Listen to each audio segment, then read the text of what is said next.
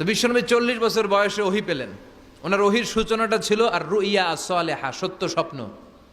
বুখারীর প্রথম বাবটা হচ্ছে বাব কাইফা কানা বাদউল ওয়াহি ইলা রাসূলিল্লাহ, আল্লাহ রাসূলের কাছে ওহীর সূত্রপাতটা কেমন হয়েছে শুনবেন।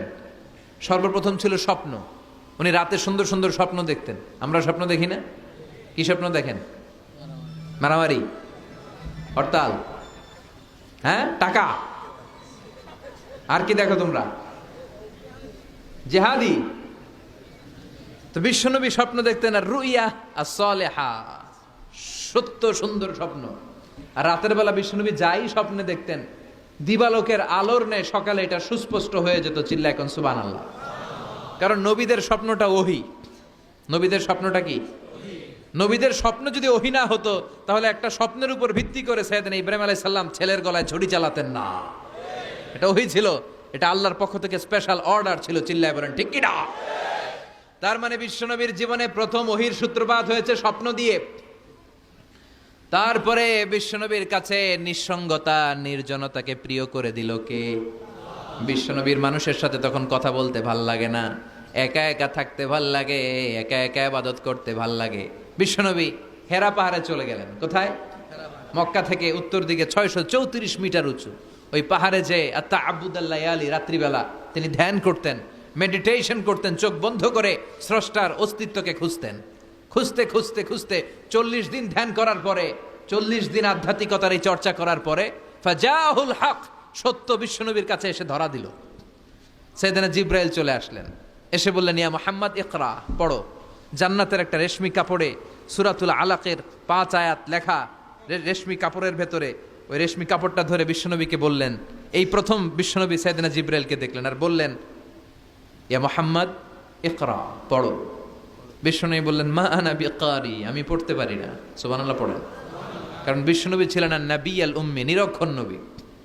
ওনার অক্ষর জ্ঞান ছিল না। আলিফ বা তা সা, কোনটারে জিম বলে কোনটারে সদ বলে বিশ্বনবী চিনতেন না, লিখতে জানতেন না। তিনি ছিলেন নিরক্ষর, কিন্তু মূর্খ না। নিরক্ষর এক জিনিস, মূর্খ আরেক জিনিস। অক্ষর জ্ঞান নাই কিন্তু জ্ঞান আছে। কারণ বিশ্বনবী বলতেন আদ্দাবানি রব্বি ফা আহসানা তা'দীবি, আমি পৃথিবীর কোনো ইউনিভার্সিটি থেকে ডিগ্রি নেয় নাই, কেউ আমারে শিখায় নাই, স্বয়ং আরশের উপর থেকে আমারে শিক্ষা দান করেছে কে? তাই আমার শিক্ষার মতো শিক্ষা পৃথিবীর কারো শিক্ষা হতে পারে। সাইয়েদনা জিবরাইল বললেন ইয়া মুহাম্মদ ইকরা, পড়ো। বিশ্বনবী ফেল রইলেন, অক্ষর চিনে না, পড়বে কেমনে? বিশ্বনবী বলেন মা আনা বিকারি, আমি জানি না কেমন করে পড়তে হয়। ফাআখাযানি ফাগাত্তানি হাত্তা বালাগা মিন্নি আল জাহাদ। বিশ্বনবী পড়তে জানেন না। যখন বললাম আমি পড়তে পারি না, সাইয়েদনা জিবরাইল বিশ্বনবীকে জড়িয়ে ধরলেন, বুকের মধ্যে জড়িয়ে ধরে যত জোর ছিল বিশ্বনবীকে একটা চাপ দিলেন। বিশ্বনবী বললেন চাপের চোটে আমি আমার বুকের ভেতরে ব্যথা পেলাম। ফাআরসালানি, আমাকে ছেড়ে দিল। ছেড়ে দিয়ে আবার কয় পড়েন ইকরা, read in the name of your lord. বিশ্বনবীর আগের কথা, আমি পড়তে জানি, মা আনা বিকারি। সাইয়েদনা জিবরাইল আবার জড়িয়ে ধরলেন, আবার চাপ দিলেন। বিশ্বনবী বললেন ব্যথা পেলাম। আবার জিবরিল বিশ্বনবীরে বললেন পড়েন। বিশ্বনবী আগের কথাই বলে আমি পড়তে পারি না, আবার চাপ দিলেন। 3 বার চাপ দেওয়ার পরে সাইয়েদনা জিবরাইল বললেন নবী এবার আপনি পড়েন। বিশ্বনবী এবার পড়তে আরম্ভ করলেন ইকরা বিসমি রাব্বিকাল্লাযী খালাক খালাকাল ইনসানা মিন আলাক ইকরা ওয়া রাব্বুকাল আকরাম الذي علم بالقلم علم الإنسان ما لم يعلم। পড়েন আল্লাহু আকবার। 3 বার চাপ দেওয়ার পরে বিশ্বনবী পড়তে আরম্ভ করলেন। সাইয়েদনা জিবরাইল এই 5টা আয়াত দিয়ে উধাও হয়ে গেল। এবার হেরা গুহার ভেতরে কেউ নাই, সাইয়েদনা জিবরাইল নাই, 5টা আয়াত দিয়ে চলে গেলেন। বিশ্বনবী 5টা আয়াত নিয়ে কাঁপতে কাঁপতে হেরা পর্বত থেকে নেমে এলেন। সুবহানাল্লাহ পড়ে। এই ওহীর ভাড়ে চাপে বিশ্বনবী কাঁপতে শুরু করলেন। এই প্রথম বিশ্বনবীর কাছে ওহীর রিফ্লেকশন, ওহীর ছোঁয়া, ওহীর ঝলকানি, ওহীর নূরানি তাজাল্লি বিশ্বনবীর হৃদয়ের মধ্যে লাগিয়ে দিল কে? এই 5টা আয়াত নিয়ে বিশ্বনবী হাত্তা ইয়ারজুফু ফুআদু, বিশ্বনবীর হৃদয় কাঁপছিল। বিশ্বনবীর ওহীর প্রেসারে গায়ের মধ্যে জ্বর চলে এলো, খিচুনি চলে এলো। বিশ্বনবী কাঁপছেন প্রচন্ড জ্বরে, কাঁপতে কাঁপতে আম্মাজান খাদিজাতুল কুবরা তাহেরার কাছে এসে বলে, ও খাদিজা, আমি বাঁচবো না, আমার বড্ড ভয় লাগে। খাদিজাতুল কুবরা বললেন, নবী কি হয়েছে আপনার, কি হয়েছে? বিশ্বনবী বললেন, এমন এমন ঘটনা। বিশাল এক লোক এসে আমার কাছে পড়ো, আমি পড়তে জানি না, 3 বার চাপ দিল, এরপর দেখি ঠিকই পড়তে পারি। সুবহানাল্লাহ পড়ে। বিশ্বনবী পুরো ঘটনাটা সাইয়েদাতুনা খাদিজাতুল কুবরা তাহেরাকে শোনালেন। এরপরে মা খাদিজারে বললেন, খাদিজা, আমার বড্ড ভয় হয়, মনে হয় আমি মরে যাব, আমার প্রচন্ড জ্বর এসেছে, কাঁপুনি ছুটেছে, তুমি আমারে কম্বল দাও। কি দাও? সবাই বলেন, আরো জোরে কোন, আমারে কম্বল দাও, আমার জ্বর এসেছে, কাঁপুনি বেড়ে যাচ্ছে, চাদর দাও, কাপড় দাও, কম্বল দাও। মা খাদিজা কম্বল জোগাড় করতে গেলেন, কম্বল আর চাদর এনে বিশ্বনবীর গায়ের মধ্যে মা খাদিজা কম্বলটা পেঁচিয়ে দিলেন। বিশ্বনবী কম্বলটা পেঁচিয়ে বিছানার মধ্যে শুয়ে গেলেন। ঠিক এই মুহূর্তে সূরাতুল মুজাম্মিল নাজিল করে দিল কে? বিশ্বনবী কম্বল গায়ে দিয়ে শুয়ে আছে, আল্লাহ বিশ্বনবীরে ডাক দিলেন, ইয়া আইয়ুহাল মুজাম্মিলু কুমিল লাইলা ইল্লা কালিলা। সুবহানাল্লাহ। আল্লাহ কি সোহাগ ভরা আদর মাখা ডাক দিলেন, ইয়া আইয়ুহাল মুজাম্মিল। এর মানে হলো, হে কম্বলওয়ালা। কিওয়ালা? হে কম্বলওয়ালা নবী, মানে হে কমলিওয়ালা নবী। কি নবী? কমলি। হে রাহতে হেলে দুলে নুরানি তনু ওকে আসে হায়, সারা দুনিয়ার হেরে মেরে পর্দা খুলে খুলে চায়, সে যে আমার কমলিওয়ালা কমলিওয়ালা। তার ভাবে বিভোল রাঙা পায়ের তলে, পর্বত জঙ্গল টল মল টলে, খুরমা খেজুর বাদাম জাফরানি ফুল ঝরে ঝরে যায়, সে যে আমার কমলিওয়ালা কমলিওয়ালা। সুবহানাল্লাহ পড়েন। বিশ্বনবীর আল্লাহ ডাক দিলেন, ও কমলিওয়ালা নবী, ও কম্বলওয়ালা নবী, দাঁড়ান। বিশ্বনবী কাঁপছিলেন জ্বরের চোটে, খিচুনির চোটে কম্বল গায়ে দিয়ে শুয়ে রইলেন। আল্লাহ নাজিল করলেন, ইয়া আইয়ুহাল মুজাম্মিল, ও কম্বলওয়ালা। ইয়া আইয়ুহাল মুজাম্মিল মানে কি? ও কম্বলওয়ালা, ও কম্বলওয়ালা, ও চাদরওয়ালা, কুম, স্ট্যান্ড আপ, স্ট্যান্ড আপ। যে দায়িত্ব দিছি এখন শোয়া যাবে না, দাঁড়ান। ওই যে বিশ্বনবী দাঁড়ালেন, আর বসার সুযোগটা পায় নাই। মরার আগ পর্যন্ত আর বসার সুযোগ পায় নাই, শ্বাস নেওয়ার সুযোগ পায় নাই, পিছনের দিকে তাকানোর সুযোগ পায় নাই। চিল্লায় বলেন ঠিক কিনা? বিশ্বনবীর আল্লাহ প্রস্তুতি নিতে বললেন, বললেন, ইয়া আইয়ুহাল মুজাম্মিল, ও কম্বলওয়ালা নবী। কি ওয়ালা নবী? তাফসীর বুঝতে পারতেছেন তো? শীতের চোটে খিচুনি, কম্বল গায়ে দিয়ে শুইছে, তখন আল্লাহ এটা নাজিল করলেন। তাহলে প্রথমে আমরা জানলাম সেন্ট্রাল থিম অফ দিস সূরা, এই সূরার কেন্দ্রীয় আলোচ্য বিষয়। এরপরে আমরা জানলাম কোন প্রেক্ষাপটে, কোন সিচুয়েশনে, কোন পরিস্থিতিতে এই সূরাটা নাজিল হয়েছে। বুঝতে পেরেছেন? বিশ্বনবীর যখন এই পরিস্থিতি, তখন আল্লাহ বিশ্বনবীর আবার গাইডলাইন দিলেন, ইয়া আইয়ুহাল মুজাম্মিল, হে কম্বলওয়ালা নবী, কুমিল লাইলা ইল্লা কালিলা, দাঁড়ান, রাত্রিবেলা দাঁড়িয়ে তাহাজ্জুদ গুজার হন। সুবহানাল্লাহ পড়ে। এই সূরার ভেতরে রব্বুল আলামিন বিশ্বনবীকে প্রস্তুত করে তোলবার জন্য, বিশ্বনবীকে নবুয়তের দায়িত্ব পালন করানোর জন্য, মিশনে নামানোর জন্য বিশ্বনবীকে সর্বমোট 60টা বিষয়ে প্রশিক্ষণ নিতে বলেছেন। জোরে কোন কয়টা? সবাই কোন? বিশ্বনবীকে আল্লাহ তাআলা 60টা বিষয়ে প্রশিক্ষণ নিতে বললেন। কয়টা? কারণ সামনে অনেক গুরু দায়িত্ব। 1 নাম্বার প্রশিক্ষণ হচ্ছে, ইয়া আইয়ুহাল মুজাম্মিল, হে কম্বলওয়ালা নবী, কুমিল লাইলা ইল্লা কলিলা, দাঁড়ান, দাঁড়িয়ে রাত্রে তাহাজ্জুদের নামাজ পড়েন। কিসের নামাজ?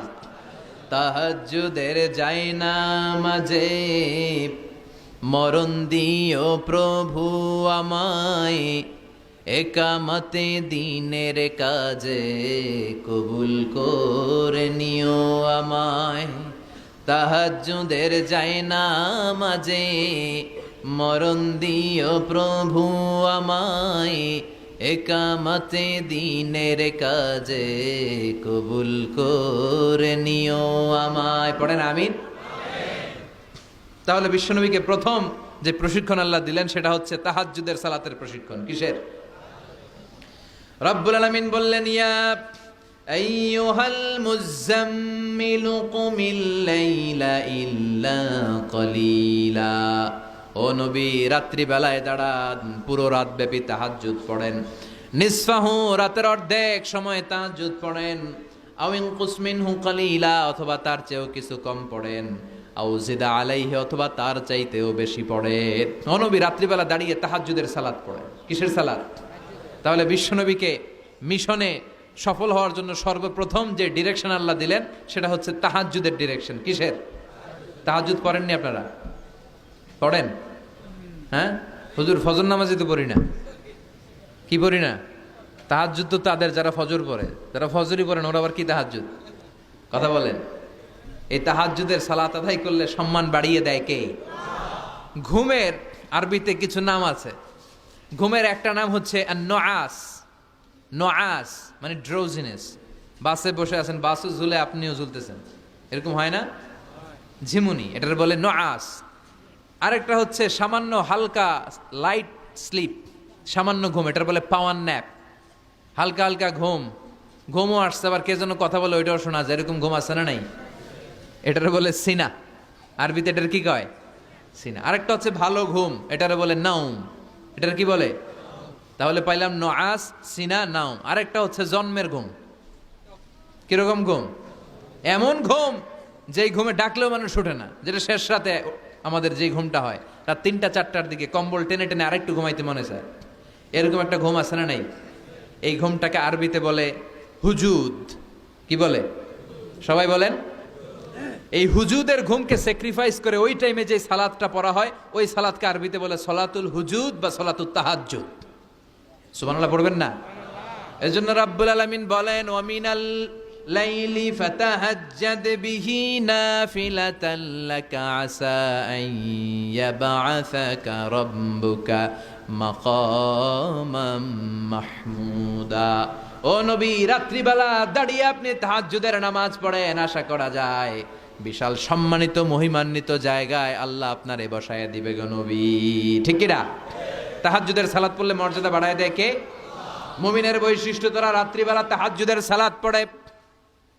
ইমানদারদের বৈশিষ্ট্য, তারা হলো ফুরসান আন-নাহার রুহবান আল-লাইল। রাত্রিবেলা তাহাজ্জুদের যায় নামাজে কান্নার ঝড় তোলে, দিনের বেলায় ঘোড়া হাঁকিয়ে জিহাদের ময়দানে জিহাদ করে। ঠিক কি না? দিনের বেলায় চলবে কি? জিহাদ। জিহাদের কথা বলাতে ভয় পাইছেন? হ্যাঁ, অনেকে এখন জেহাদের সাথে জঙ্গিবাদরে লাগায়, এরকম ডাকাইত আছে না নাই? জেহাদের সাথে সন্ত্রাসবাদকে মিলাতে চায়, চিল্লা এখন ঠিক কিনা? জঙ্গিবাদ আর সন্ত্রাস এক জিনিস, জেহাদ আরেক জিনিস। জেহাদরে ফরজ করছে কে? আর জঙ্গিবাদকে হারাম করেছে কে? জঙ্গিবাদকে দমন করার জন্য আল্লাহ তাআলা জেহাদের মতো বিধানকে ফরজ করেছেন, চিল্লায় বলেন ঠিক কিনা? ইষ্ট হলো রুহবান আল-লাইল ফুরসান আন-নাহার। মুমিন বান্দারা দিনের বেলায় জিহাদের ময়দানে ব্যস্ত থাকে, রাতের বেলায় তাহাজ্জুদের যায় নামাজে চোখের পানি দিয়ে যায় নামাজ ভিজায়। রাতের আধারে যারা সেজদাতে রয়, দু চোখের শ্রুতে নদী যেন বয়। রাতের আধারে যারা সেজদাতে রয়, দু চোখের শ্রুতে নদী যেন বয়। ছলনার হাতছানি যতই আসুক, পেছনে ফিরেও সে তাকায় না। যাদের হৃদয়ে আছে আল্লাহর ভয়, তারা কবু পথ ভুলে যায় না। আল্লাহর প্রেম ছাড়া এই দুনিয়ায় কারো কাছে কোনো কিছু চায় না। চিল্লায় বলেন ঠিক কিনা? এজন্য বিশ্বনবীর প্রথম প্রশিক্ষণ নিতে বললেন আল্লাহ, কুমিল্লাইলা ইল্লা কালিলা। ও নবী, বিশাল মিশন নিয়ে দুনিয়ার বুকে আপনি এসেছেন গো নবী। প্রথম প্রশিক্ষণ যেটা নিবেন, রাত্রিবেলায় দাঁড়িয়ে দাঁড়িয়ে তাহাজ্জুদের প্রশিক্ষণ। বিশ্বনবীর আদেশ করলেন কে? কিসের আদেশ? সবাই কন আরো জোরে। ওই মুহূর্তটা তাহাজ্জুদের সময়টা এমন সময়, ইয়ানজিলু রাব্বুনা ইলা সামাইদ দুনিয়া, রব্বুল আলামিন আরশের উপর থেকে দুনিয়ার আকাশে নেমে আসে মানে বিশেষ একটা মনোযোগ দেয়। আর দুনিয়াবাসীরা ডেকে ডেকে বলে, গোলাম আলা মিন মুস্তাগফিরিনা গফির আলা। কার ক্ষমা লাগবে ক্ষমা চাও, সব গুনাহ আমি ক্ষমা করে দেব। আলা মিন মুস্তারজিকিন আরজুকালা। কার কি লাগবে আমার কাছে চাও, সব আমি দিয়ে দেব। আল্লাহু আকবার। আলা মিন মুস্তাকসিন আকসুলা। যার জামা দরকার জামা চাও, জামা দেব। ক্ষমতা দরকার ক্ষমতা চাও, ক্ষমতা দেব। নেককার স্ত্রী দরকার, নেককার সন্তান দরকার, সন্তান চাও, সন্তান দেব। সব দেয়ার মালিক কে? কেউ যেটা পারে না পারে কে? কেউ যেটা দেয় না দেয় কে? কেউ যেটা বোঝে না বোঝে কে? আল্লাহ শেষ রাতে আম করে ডাকে, দেওয়ার জন্য ডাকে, কিন্তু চাওয়ার সময় আমাদের নাই। উনি দেওয়ার জন্য প্রস্তুত, কিন্তু এটা তো নেওয়ার লোক লাগবে। কথা কন। বিশ্বনবী তাহাজ্জুদের সময় দাঁড়িয়ে যেতেন ছোট্ট একটা ঘরে, চাটাইয়ের উপরে বিশ্বনবী মা এসে শুতেন, গাদাগাদি করে জায়গা নাই।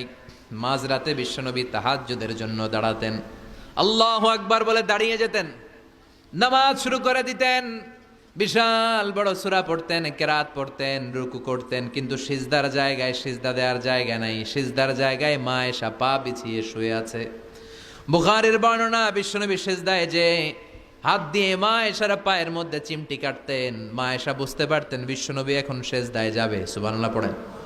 মা এসা বুঝতে পেরে পা দুইটা সরিয়ে নিতেন, বিশ্বনবী সেজদা দিতেন।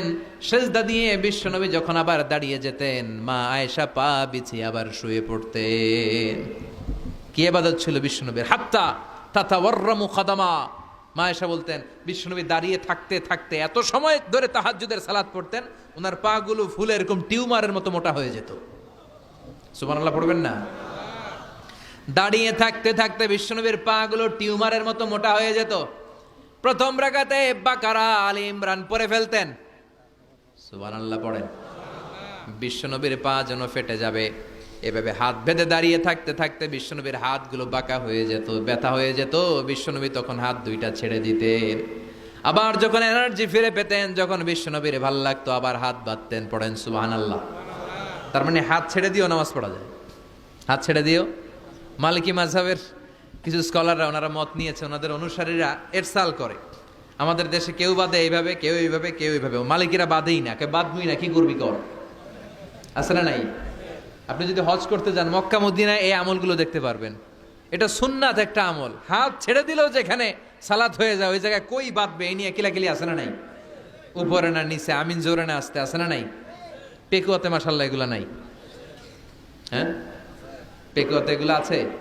বিশ্বনবী লম্বা সময় দাঁড়িয়ে তাহাজ্জুদ পড়তেন। তাহাজ্জুদ পড়লে আপনার মর্যাদা বাড়ায় দিবে কে? সাইয়েদনা জিব্রাইল বললেন, ইন্না শারাফাল মুমিন ফি কিয়ামিল লাইল। বিশ্বনবী বললেন, জিব্রাইল এসে আমাকে বলে গিয়েছে মুমিনের মর্যাদা তাহাজ্জুদের নামাজের ভেতর। সুবহানাল্লাহ পড়েন। তাহাজ্জুদের নামাজ পড়লে মর্যাদা বাড়ায় দেয় কে?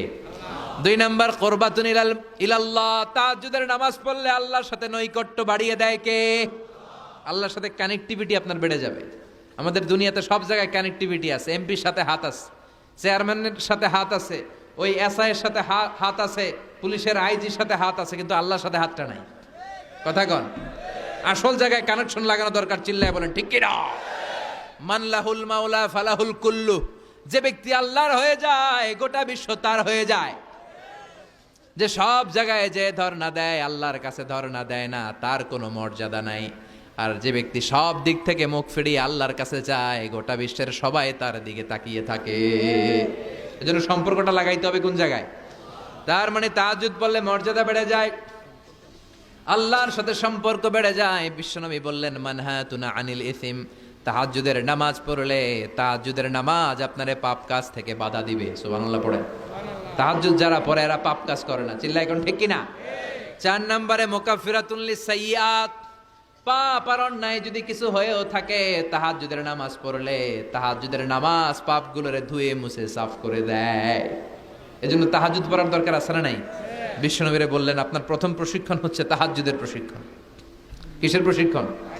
এজন্য আল্লাহ বললেন, ইয়া আইয়ুহাল মুযাম্মিলু কুমিল লাইলা ইল্লা কলিলা নিসফাহু আও ইনকুস মিনহু কলিলা আও জিদ আলাইহি ওয়া রাত্তিলিল কুরআনা তারতিলা। সুবহানাল্লাহ পড়ো। 1 নাম্বার প্রশিক্ষণ চলে গেল। 1 নাম্বার প্রশিক্ষণ কি ছিল? তাহাজ্জুদ। আওয়াজ করে বলেন না, কি ছিল? 2 নাম্বার প্রশিক্ষণ, ওয়ারাত্তিলিল কুরআনা তারতিলা। ও নবী, মন গড়া কোরআন তেলাওয়াত করবেন না, যেমন মন চায় তেমন কোরআন পড়া যায় না। ওয়ারাত্তিলিল কুরআনা তারতিলা। তারতিলের সাথে, তাজবিদের সাথে, মাখারিজুল হুরুফ মেইনটেইন করে আপনি তারতিলের সাথে তেলাওয়াত করেন। যারা তারতিলের সাথে তেলাওয়াত করেন, কিয়ামতের দিন আল্লাহ বলবে, ইকরা ওয়ারতাকি ওয়ারাত্তিল। কামা কুনতা তুরাত্তিলু ফিদ দুনিয়া, দুনিয়াতে যেমনে পড়েছো পড়ো, যত আয়াত পড়বা জান্নাতের বিল্ডিং তত লম্বা হয়ে যাবে। আল্লাহু আকবার। সাইয়েদনা আনাস রাদিয়াল্লাহু তাআলা আনহু ছিলেন বিশ্বনবীর খাদেম। সাইয়েদনা আনাসকে জিজ্ঞেস করা হলো, কাইফা কানা কিরাআতু রাসূলিল্লাহ, ও আনাস বিশ্বনবীর কোরআন তেলাওয়াত কেমন ছিল? সাইয়েদনা আনাস বললেন, কানাত কিরাআতুহু মাদ্দান, বিশ্বনবী টেনে টেনে কোরআন তেলাওয়াত করতেন। সুবহানাল্লাহ পড়েন। কিভাবে পড়তেন? টেনে টেনে টেনে টেনে কোরআন তেলাওয়াত করতেন।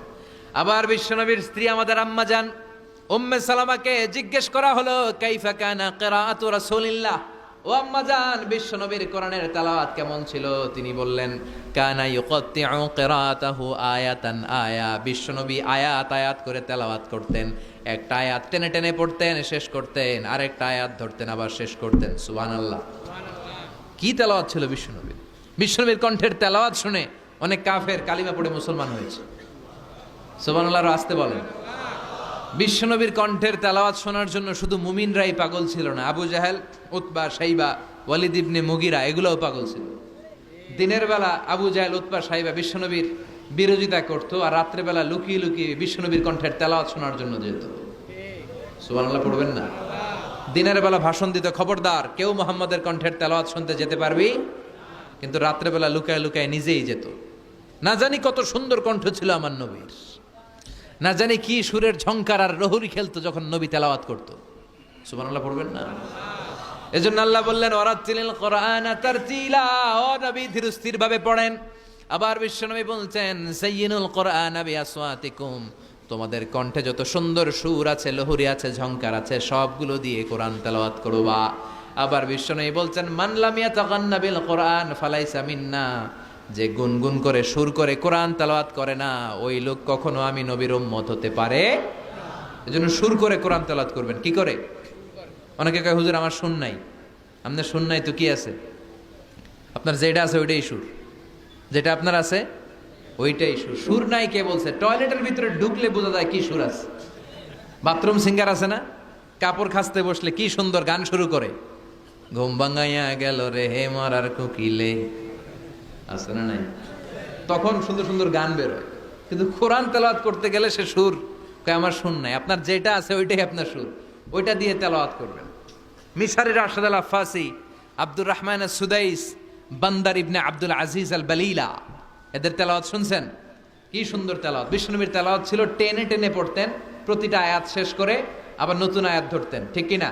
আলহামদুলিল্লাহি রাব্বিল আলামিন আর রহমানির রহিম মালিকি ইয়াউমিদ্দিন ইয়্যাকা না'বুদু ওয়া ইয়্যাকা নাস্তাঈন ইহদিনাস সিরাতাল মুস্তাকিম সিরাতাল লাযীনা আন'আমতা আলাইহিম গায়রিল মাগদুবি আলাইহিম ওয়ালাদ-দাল্লিন।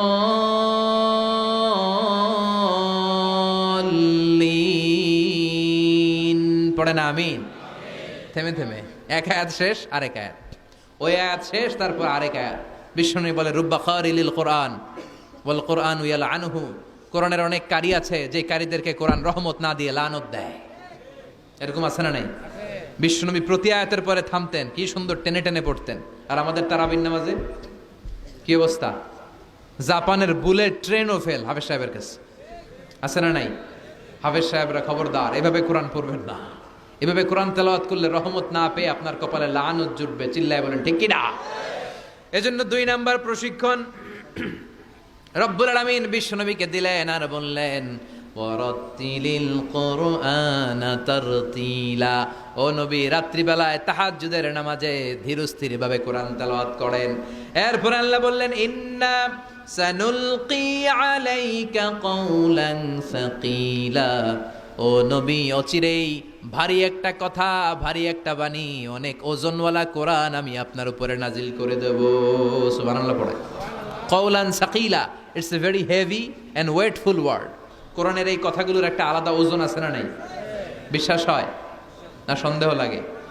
বিশ্বনবীর কাছে যখন কোরআনের আয়াত নাজিল হতো, মা আয়েশা বর্ণনা করেন, প্রচন্ড শীতের রাতে, কিসের রাতে কথা শুনতেছেন? প্রচন্ড শীতের রাতে বিশ্বনবী ঘেমে ঘেমে একাকার হয়ে যেতেন। মাঘ মাসের শীত, মা এসা বলে আমরা কম্বল গায়ে দিয়ে শুই, কিন্তু বিশ্বনবীর কাছে যখন কোরআন নাজিল হয় বিশ্বনবী ঘেমে ঘেমে একাকার হয়ে যেতেন। সুবহানাল্লাহ পড়ে।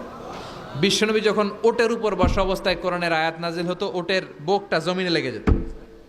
বিশ্বনবী ঘোড়ার উপরে বসা অবস্থা যখন কোরআনের আয়াত নাজিল হতো, ঘোড়ার পাগুলো জমিনের ভেতরে গেড়ে যেত। বিশ্বনবী মাঝে মাঝে অনেক সাহাবাদের রানের মধ্যে মাথা রেখে শুয়ে পড়তেন। ওই অবস্থায় যখন কোরআনের আয়াত নাজিল হতো, সাহাবারা বলতো আমাদের হাড্ডিটা ফেটে টুকরা টুকরা হয়ে যাবে, এরকম মনে হতো। তার মানে কোরআনের আয়াতের একটা ভার আছে না নাই? এজন্য রাব্বুল আলামিন বলেন, লাউ আনজালনা হাযাল কুরআন আলা জাবালিন লারাআইতাহু খাশিআম মুতাসাদ্দিআম মিন খাশিয়াতিল্লাহ।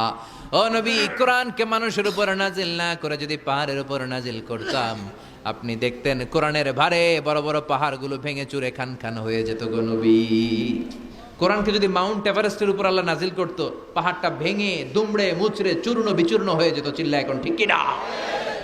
এজন্য আল্লাহ বললেন এটা অনেক ভারী একটা বাণী, এই বাণী আমি আপনার উপরে নাজিল করব। এরপর আল্লাহ বললেন, ইন্না নাশিয়াতাল লাইলি হিয়া আশাদ্দু ওয়াতআন ওয়া আকামু কিলা। ও নবী, রাত্রিবেলা যদি আপনি তাহাজ্জুদের নামাজ পড়েন, আপনার মনোযোগায়নকে শক্তিশালী করে দিবে কে? আপনার কথা বলার যোগ্যতাকে মজবুত করে দিবে কে? কেন আপনি রাত্রিবেলায় তাহাজ্জুদ গুজার হবেন? কারণ ইন্নালাকা ফিন নাহারি সাবাহান তাবিলা। দিনের বেলায় অনেক ব্যস্ততা আছে না নাই? দিনের বেলায় মানুষগুলো কাজকর্ম নিয়ে ব্যস্ত হয়ে যায়, তখন অনেক গোলমাল। তখন নয়, রাত্রিবেলা তাহাজ্জুদ পড়েন, আপনার মর্যাদা বাড়িয়ে দিবে কে? এরপরে 3 নাম্বার প্রশিক্ষণের কথা আল্লাহ বললেন, ওয়াযকুর ইসমা রাব্বিকা ওয়া তাবাত্তাল ইলাইহি তাবতীলা। প্রথম প্রশিক্ষণ তাহাজ্জুদের প্রশিক্ষণ। কিসের? দ্বিতীয় প্রশিক্ষণ মনোযোগের সাথে ধীরস্থিরভাবে কোরআন তেলাওয়াতের, তারতিলের সাথে কোরআন তেলাওয়াতের প্রশিক্ষণ। ঠিক কিনা? 3 নাম্বার প্রশিক্ষণ ওয়াযকুর ইসমা রাব্বিক। সব সময় রবের জিকির করবেন। জিকির চলবে কার? লা ইলাহা লা ইলাহা ইল্লাল্লাহু মুহাম্মাদুর রাসূলুল্লাহ সাল্লাল্লাহু। ওয়াযকুর ইসমা রাব্বিক। ও নবী, আপনার রবের নাম স্মরণ করেন। সব সময় জিহ্বায় একজনের নাম থাকবে, তিনি কে? আমাদের রব কে? আল্লাহ আমারে রব,